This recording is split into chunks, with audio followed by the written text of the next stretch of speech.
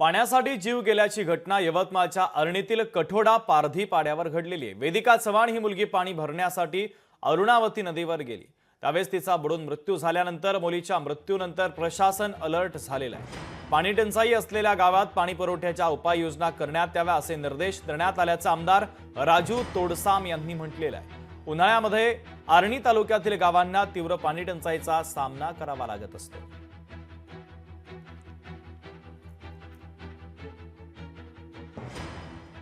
कुमारी वेदिका सुरेश चव्हाण हिचा पिण्याचा पाणी आणण्याकरता अरुणा नदीवर गेली आणि पाणी भरता भरता तिचा तोल न सांभाळल्यामुळे ती अरुणावती नदीमध्ये वाहून गेली।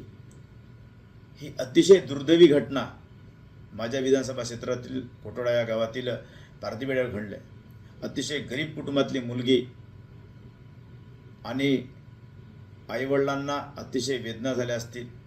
मी तहसीलदार आणि बीडीओंना सूचना केल्या त्या धरणातील पाणी त्या नदीला सोडावं आणि नदीकाठच्या गावातील पिण्याचा प्रश्न निकाली काढावा अशा प्रकारची विनंती केली।